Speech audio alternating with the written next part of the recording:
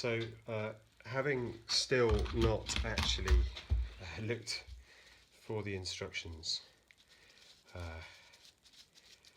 yet, I have decided to crack on with trying to fit this pedal assist to the bike. This is the bike, the Saracen Skyline, I think it was, Skyline, yeah. Pretty good bike actually. Quite a nice ride. This one needs a bit of love, but we'll sort that out once I've got the pedal assist on it. But yeah, I've done a fair few miles with this. It's been a bit of a workhorse. This is actually really set up for my partner, so she's got a Brooks female saddle at the bottom there, partially protected from the floor. Ideally I'd be doing all this in a bike stand, but I don't have one. So although I don't have instructions, I think there's one thing that I can be completely clear on, is that we will need to take the bottom bracket out. So I thought I would go through this process for anyone who hasn't done it before. You're going to need one of these to start with, which is a crank puller, because you can't take the bottom bracket out without taking the cranks off for what will be fairly obvious reasons if you have a little think about it, or have a go and find out it's not possible. The principle of operation of a crank puller is that this part here, you wouldn't normally take it completely to pieces, but just for clarity I'll do that now. Just as I twiddle away. So this part, oops, where am I? There we are. This part actually screws into the end of here. So there's a crank retaining bolt in there, which we're going to have to take out. Once you've taken that out, this crank arm is internally threaded, and the this part of the crank remover will screw into there to start with. So you've got that, if you can imagine, that is screwed into the to the crank. You can then introduce this part, which actually screws into the inside of this, and some of you are probably already ahead. As you wind this in, eventually you'll see that the silver part will begin to emerge from here, and what that should be doing is pressing against the end of the axle of the bottom bracket and actually driving the crank off. That's the theory. Okay. My recollection was that all of this works on a 15mm spanner, but I was wrong. There you go. So I've used I'm going to use an adjustable spanner, which I know some people are pretty down on, and I can understand why, because they are a bit of a blunt instrument, but spanners are expensive and I don't have the right size for this as far as I know. If you want to get good ones, a full set of spanners I think is extremely expensive, so I tend to accumulate spanners as I go, so it spreads the cost. So the first step is to remove the crank retaining bolt. So if we can do that, there we go. And that should be coming out like that. There we go. So that's come out. Being a reasonably sensible human being, well, sorry, I'll rephrase that. In a rare moment of common sense, I think I stuck some grease on this before I put it in, so that's why it came out so easily. They can be a bit awkward. So having got that out, take this part. So I'm not going to take it off. You don't really need to take it all the way off. You just need to make sure that the inner silver part is fully withdrawn. Otherwise, as you try to tighten this into there, you're going to be trying to pull the crank off, which you don't want to do yet. You might as well make life easy for yourself. I'll just get some lubricant to help get it in.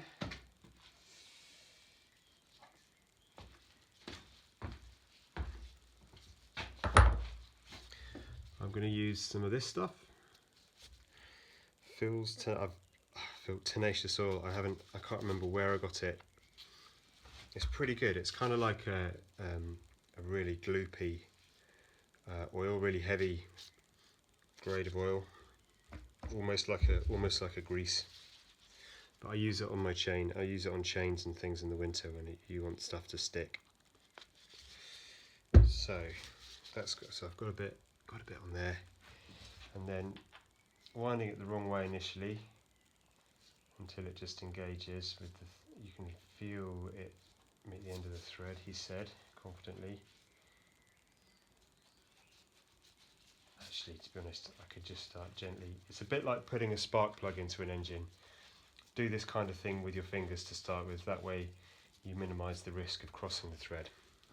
Because you shouldn't have enough strength just using your hands to cross the thread on a piece of material like that, aluminium. So I've wound it. I've just tightened it in there, just finger tight. It doesn't.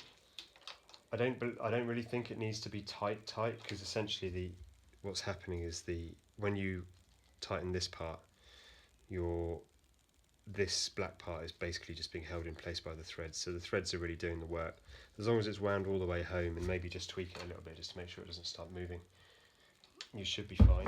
And then we'll proceed to wind up the silver part. It's handy these are different colours. So at the moment it's still loose. Right, that's now stopped. That is now, or should be, touching the end of the bottom bracket's axle. Now if we put some pressure on, it feels a bit uncomfortable with this. I don't like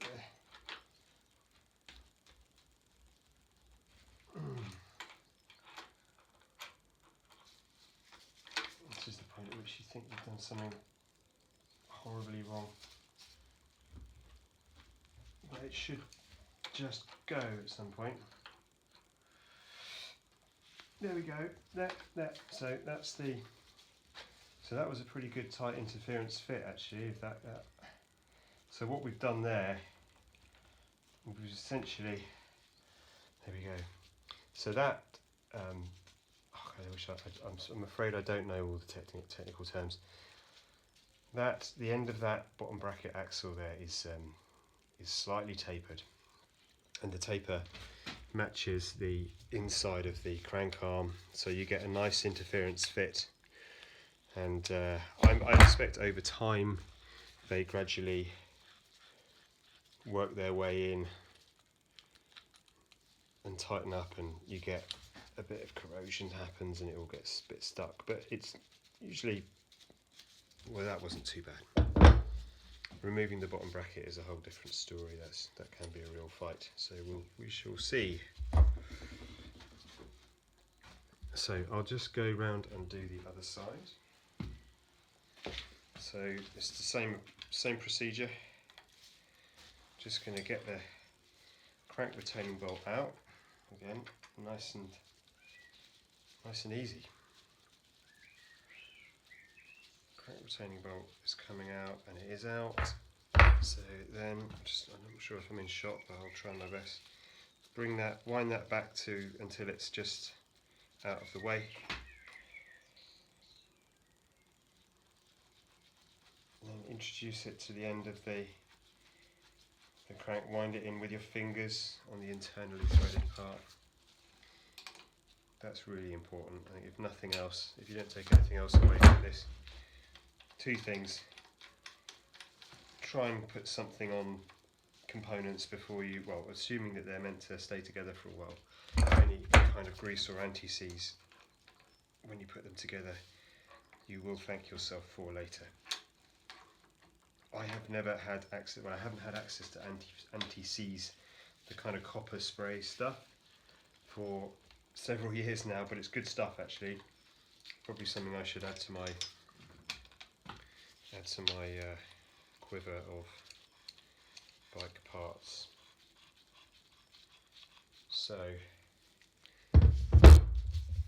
2 cranks removed, bottom bracket feels alright actually. It's been in here for a long time. So next is to attempt to get the bottom bracket out. I'm not sure if I've got my...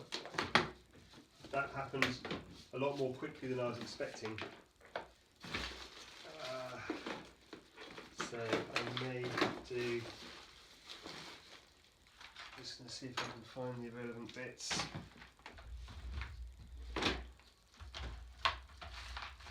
i.e. a bottom bracket remover.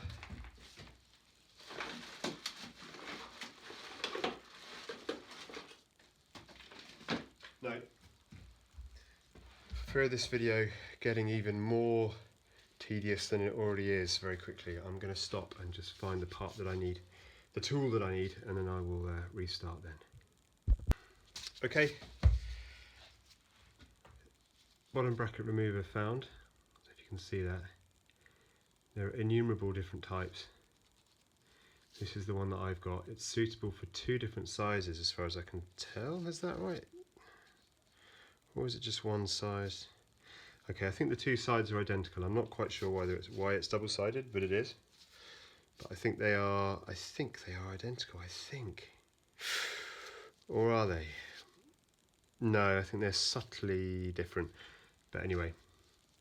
So this engages with the internal splines on the bottom bracket, and that's what allows you to apply the torque needed to break the thing out. So one side is a plastic, in this instance it's a plastic kind of cover. I think maybe it does support one side of the BB. The other side is the actual business end, which actually screws into the frame. So I'll start off with it. They can be, I've had some previous with bottom brackets, they can be a real pig. Unfortunately, ideally I'd have a socket that fits around this, and I could use my socket set with a big launch bar. Unfortunately, my socket's too small, my biggest socket, so I'm going to have to use my heavy duty adjustable to see if that works. Some of these have a square section inside that you can fit a socket spanner into, fit a half inch socket drive into, but I don't have that. Also, what I've got is a rubber mallet. You'd probably be just as well get a copper-ended hammer or something. Just using that to help to make sure that the thing is actually engaged inside here. So firstly, I'll find the correct side. There we go. That's fitted. And I'm going to tap it into place like that, which will also help to loosen things maybe. And then away we go. Right, well, that one went okay, but then that one often does. So that's the... I've had a bit of... I don't know if I said this, but I've had a bit of previous with bottom brackets on a number of bikes, many of which had been neglected for many years.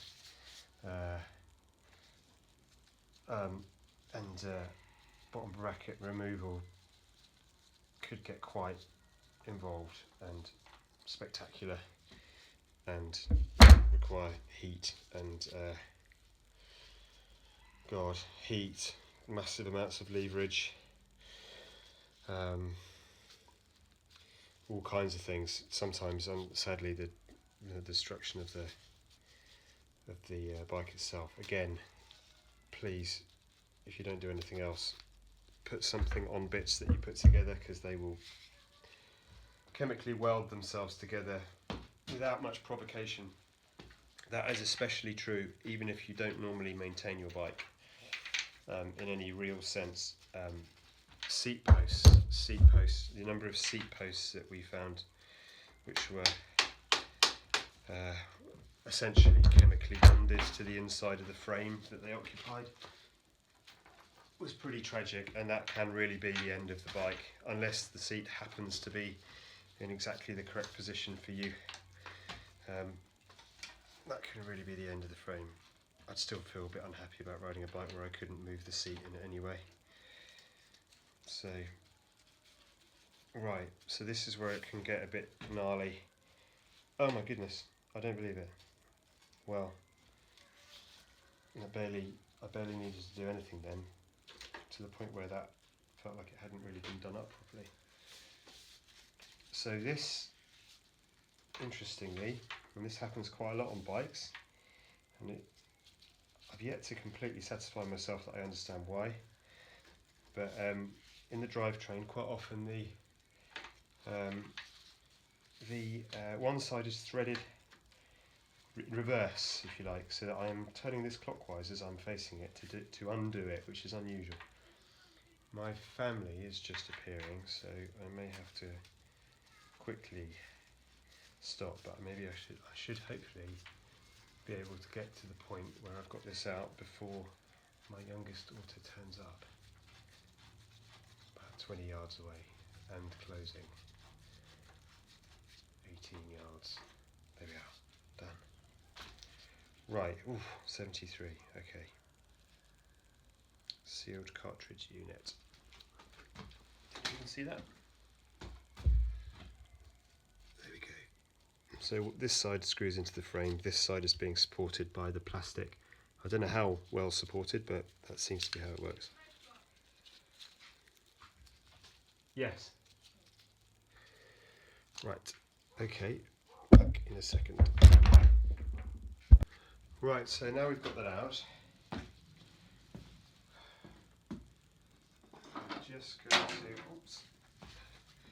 Just going to give this a quick clean out.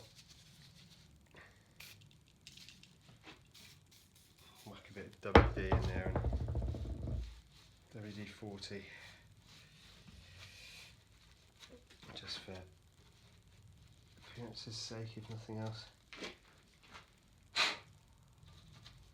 Drain hole there, keep that clear. Let's the condensate out, and then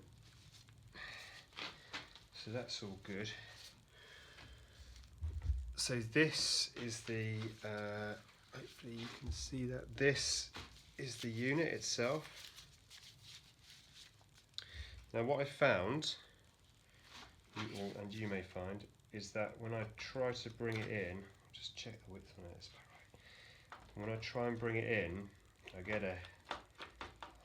getting fouled on something, which is a little bit disconcerting. What I think it is this bolt here that's holding the, I've got no idea what that's called, the guide for the gear cables. That's your rear mech, that's your front mech. That, I think, is getting in the way. So, just going to get my Allen key collection, find the right one. No.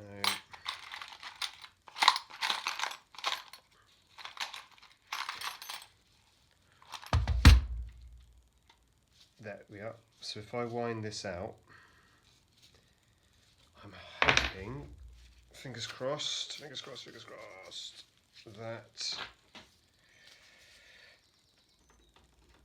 we can find our way through. No, yes, no, yes. Oh, yes, right, done. Okay, so this is the drive side with the rear mech on it. Okay.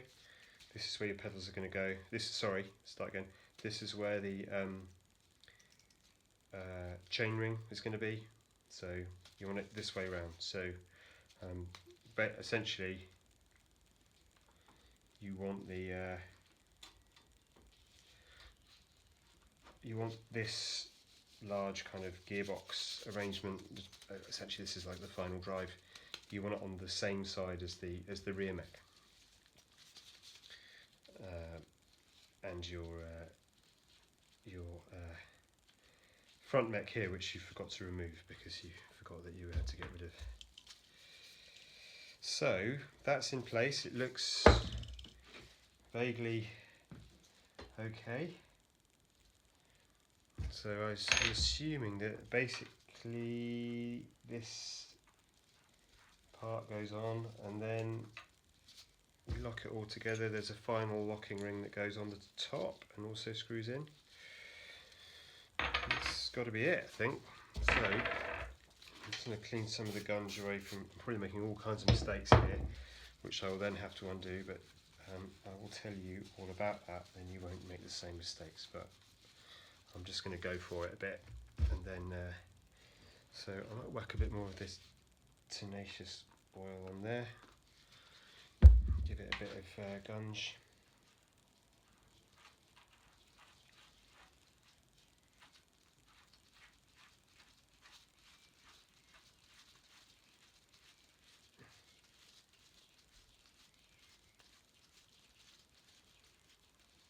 Right, there we go, so that's sort of semi-tight, and then, I don't know if you can see that, I'll whack a bit on the inside of this locking ring, and that will go on the outside and ultimately will act as a kind of a lock nut. Okay, seems okay to me so far. Right, I think I get it now, or do I? No, I don't. Sorry, I was going to say something. I think it was going to be nonsense. So ultimately, this cable on this side, this is to the front mech. That's going to disappear because we're not going to have a front mech anymore. I will find a shorter bolt to hold this in place that doesn't foul with the system in there. But I believe that there should be, I don't know, I think, so which way is it going to try and move if you, just check.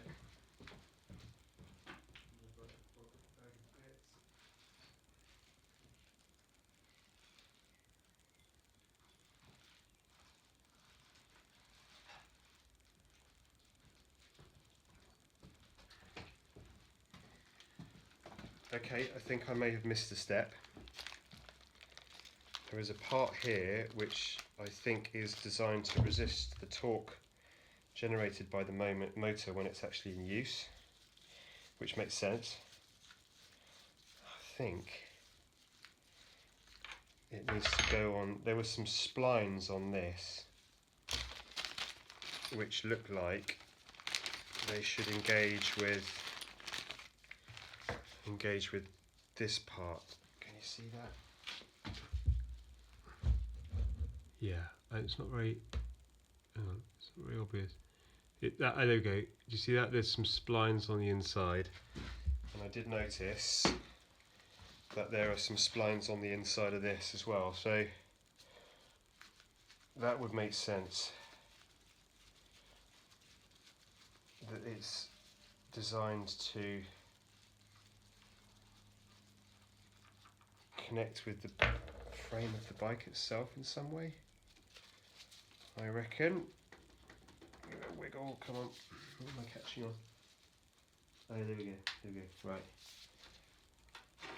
Right. So, I wonder, no, it's not, they're not the same pitch, but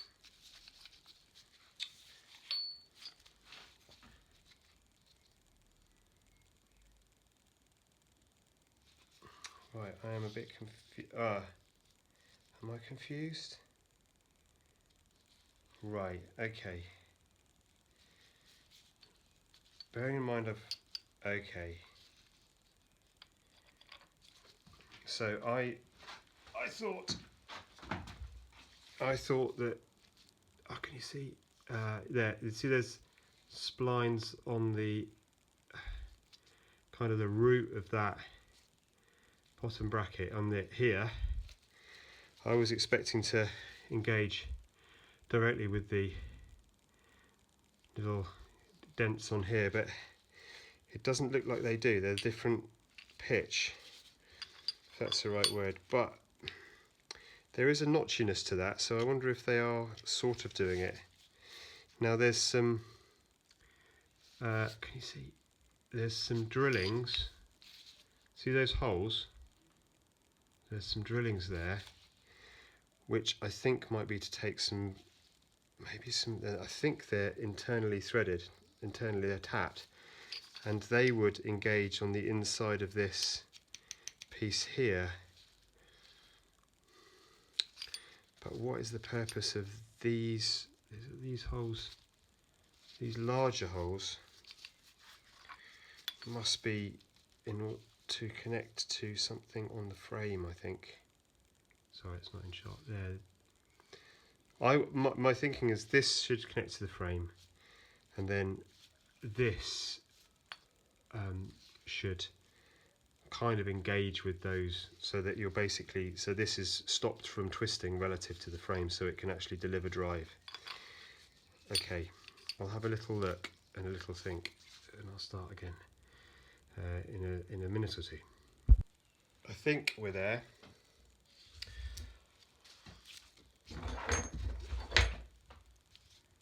So this part fits onto this here like this. It's essentially a support for the other side of the motor, I think. Once the bottom bracket drive is in place, I think this fits onto there, and then you clamp the whole thing together through the you know, with using the retaining nuts, and the whole thing should stay where it is. I think, and that should consume all of the bits and pieces that I can see, which is kind of how I'm working out whether I've done this right or not. So let's have another go. So I'm going to pop this into here, putting these cables out of the way. Then I'm going to pop this onto here. That looks pretty good. That looks good. Then I am going to, let's have a look at my bag of parts. Okay, 1, 2, 3, 4, 5. Those are those.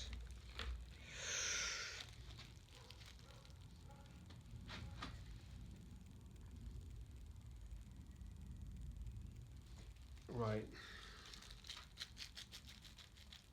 Oh, I think I get it. There's some adjustment in there. But I think, God, I'm probably getting this all kinds of wrong, but I think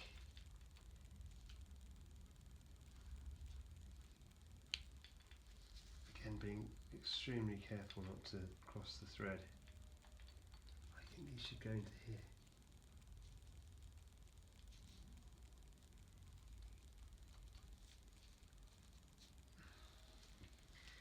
Try and find my,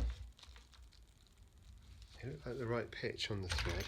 Is this, be a 4 if you can. Okay, very gently. I think that's okay. So I'm going to carry on winding this in. I think it's tight, but it's tight because of, I think it's tight due to paint, not because I'm smashing the thread in sideways.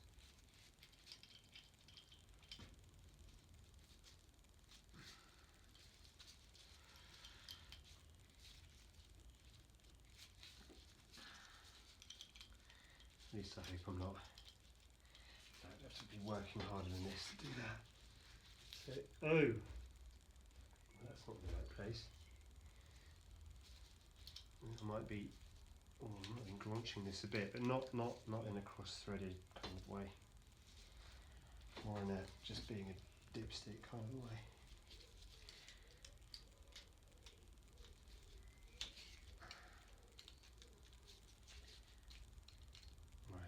I've got this all sideways, and I think that's not helping. Right, let's try that, see if I can do the other side at the same time, kind of thing. Is that lined up? Looks lined up, just about. I've not got any lube on this. I probably should do. Ooh, okay.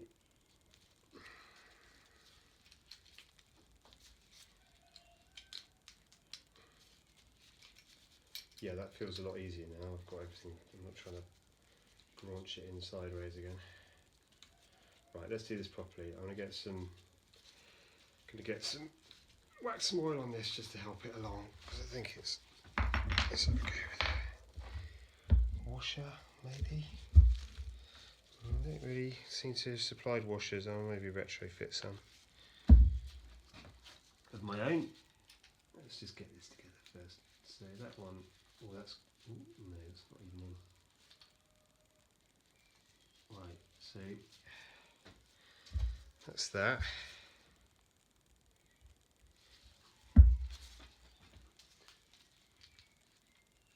Come on. God, doesn't help. I've got a big cut on the end of my finger. Oh, come on.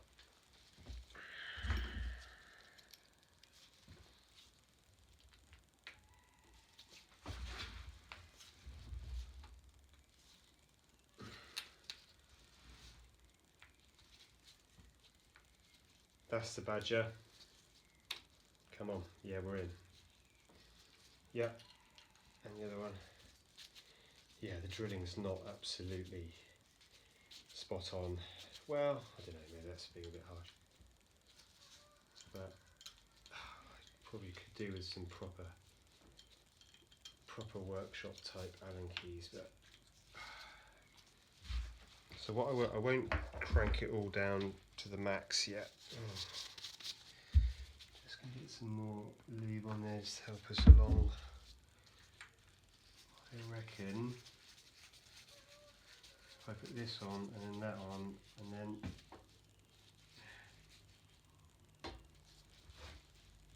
that will, yeah.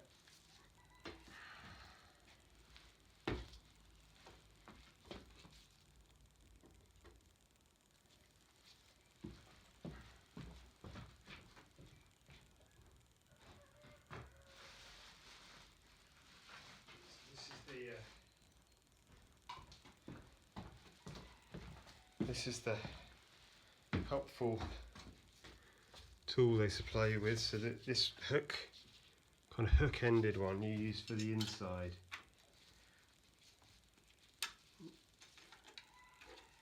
Oh, doing it right, not like a fool.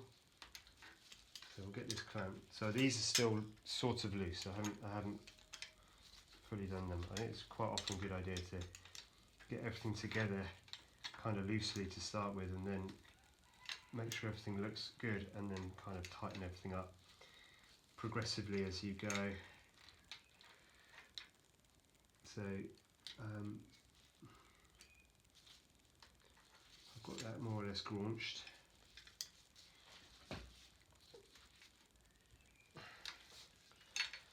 By and large, things are still looking basically kind of bike shaped.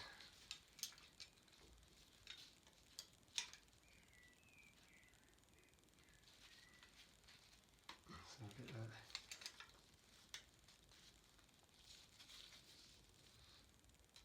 Right, so that's tight. And then I can just tighten these up.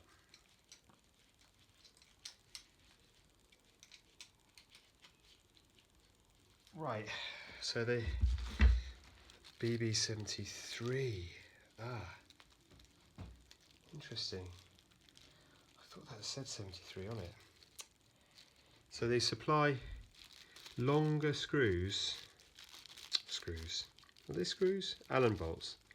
Longer Allen bolts with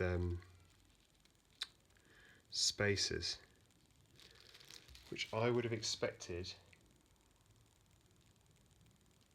Have I done something wrong? No. Yeah, okay, so that would be for a wider bottom bracket, that would pull this plate out. If the bottom bracket shell was wider, this plate would be further this way, and you'd need longer bolts and spacers as it stands, assuming I'm right that the plate needs to sit next to the frame, and then I put the locking ring on there, which does seem to work okay.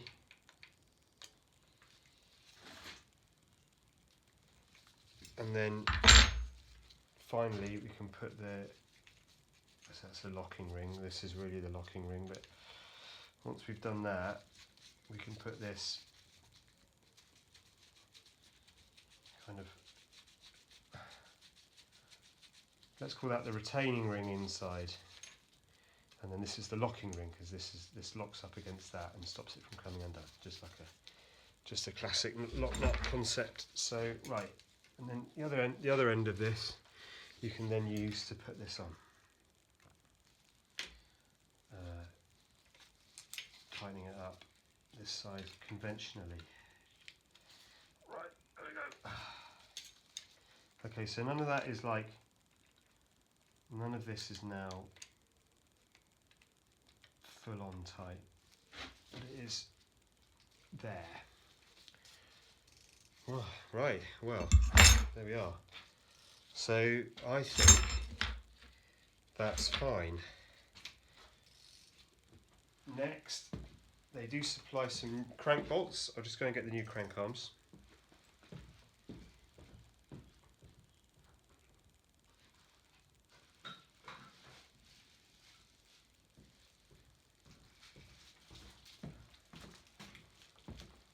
So these are the crank arms that they supply you with. They are 170s, which are probably, I think so the ones I had on were 176. So they're a tiny bit shorter in their if it was an engine, you'd call it stroke, wouldn't you? I'm not quite sure how to describe it on a bike, but so yeah. But 170 is probably I think is a sort of middle for diddle length, which I'm sure will suit most people, which is why they've done it. Okay, so they are marked right R and L, which I assume is right and left. I'm not sure. Oh, hello, I can work it out actually. So R, does this say R and L on it? No, I don't believe it does. Does it? No. Okay, but R and L, right and left, I'm guessing, conventionally, sitting on the bike facing forwards, right is on the drive side, so you're riding your bike facing forwards, the chain rings are on this side, so right is the drive side, left is the non-drive side. I think it's important because of the way that these the pedals are threaded on. They are again reverse threaded on one side. My assumption was this ensures that the pedals have a tendency naturally to tighten in on the crank as you ride rather than loosen. I'm not quite sure whether I'm right in that, but okay, so right is drive side, so we'll put the right on the drive side. We've got R there, can you see it, can you see it, can you see it? R, just see it there, R, drive side. And L, non-drive side. Starting to look bike shape now. So they give you two nice, quite long crank bolts. I think they're the same. They're a standard fitting. I think they're just trying to cater for all tastes. I suppose if you were absolutely desperate, you could cut them down if you needed to. If you do cut them down, recommend trying to find a nut to thread. Trying to find a nut to thread on first, and then when you have finished cutting the bolt and you wind the nut off, it actually restores the threads. Save yourself a lot of grief doing that. I know, because I've done it wrong before. So let's get those on.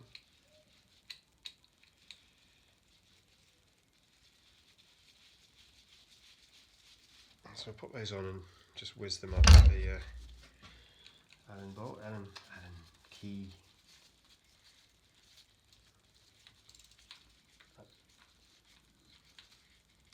Now, I am not in possession of a torque spanner, which is a shame. It's something that I should really have. Anecdotally, I have been told that tools are sized such that normal hand pressure on the tool, using however much leverage it affords you, should get you to a level of torque that the actual component can sustain, the bolt can sustain. That's very, very rough, but I tend to tighten things up until they feel about right. Now I'm just going to check. So anyway, those are sort of not, again, those are not, I haven't maxed these out because I don't even know if I'm doing the right thing at the moment, but those feel comfortably tight for the purposes of testing and assembly. So now,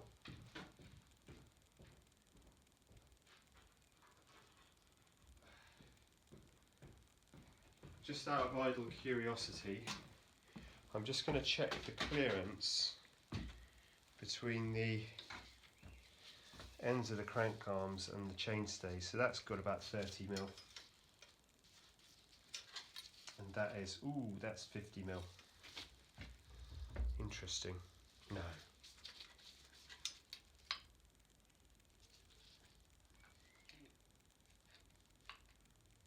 50 odd.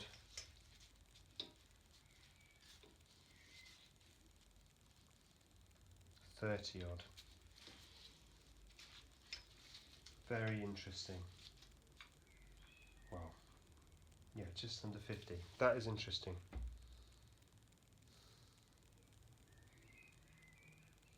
Interesting. Well, it's just, maybe that's just life.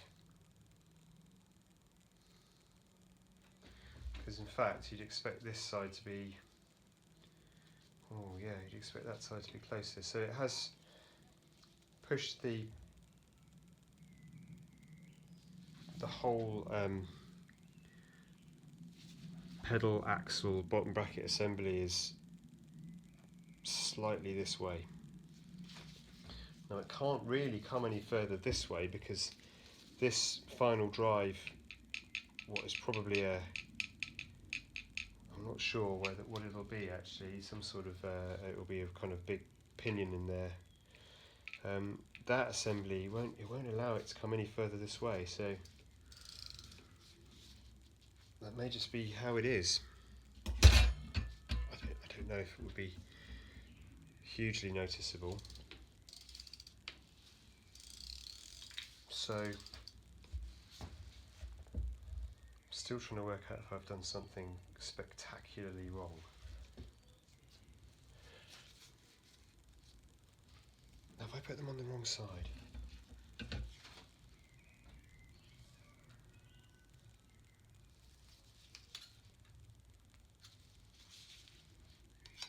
Ah. No. I was wondering if there was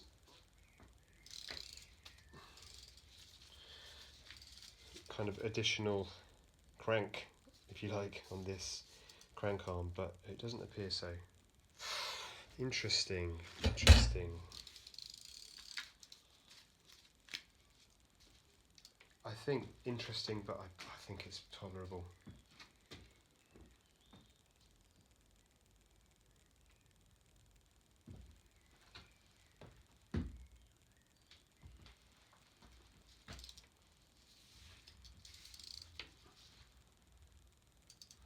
Yeah, I think it's just finding space for all this,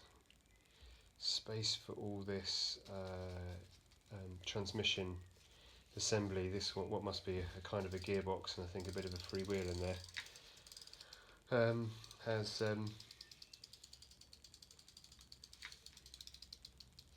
Has pushed everything just a little bit that way. Well, I say a little bit, about a cent. I suppose if there's, what is 30 there,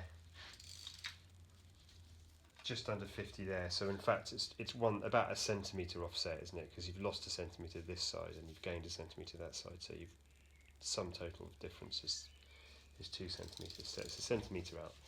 Okay, well, I think we can live with that for now. So the last thing about in this stage, at this stage of the assembly, the last thing I think is to put the chain rings on, the chain ring on.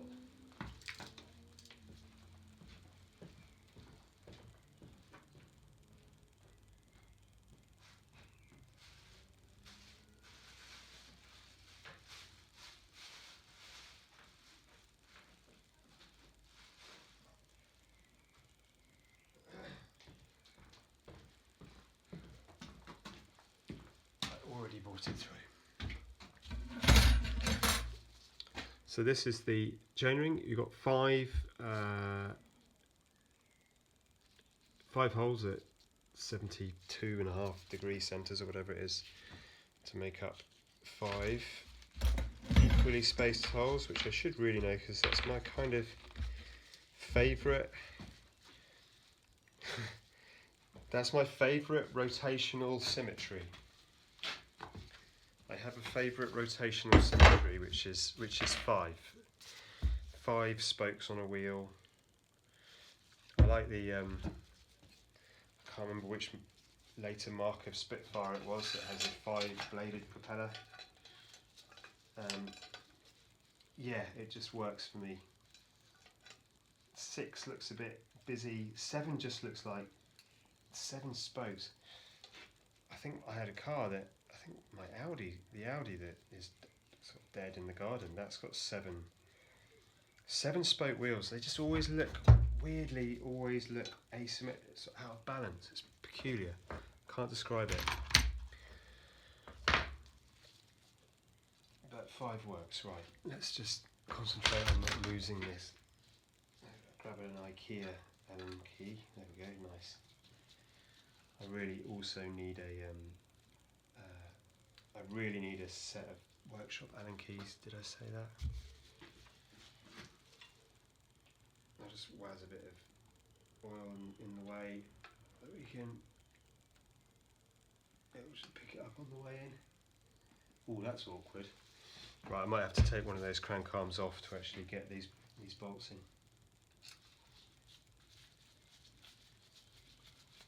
1, 2.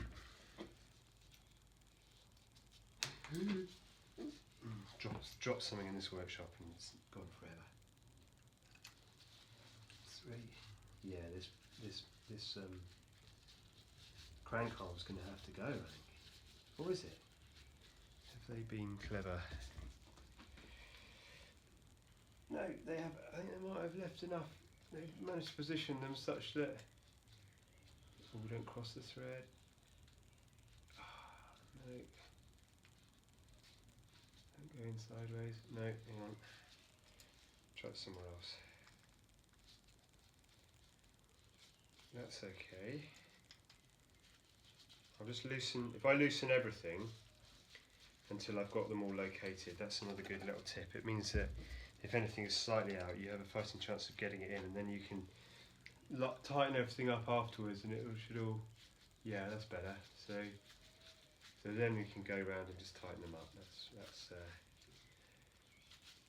good practice. I watched a guy who services gas turbines and has made a quite successful YouTube channel out of that, and he has to attach huge diameter bits of metal to other huge diameter bits of metal with hundreds of Allen bolts, and he goes into great detail about what order one should tighten up. This moves relative to the crank, yes. Right, that's not quite right there in terms of my Allen keys there. There's one. I don't know what size those Allen keys are supposed to. These ones are supposed to be 2.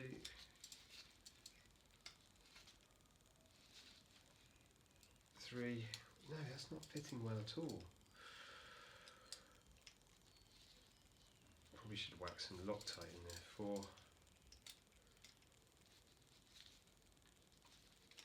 Okay, 5. So, to my mind, that is a fitted unit. I need to remove the front mech,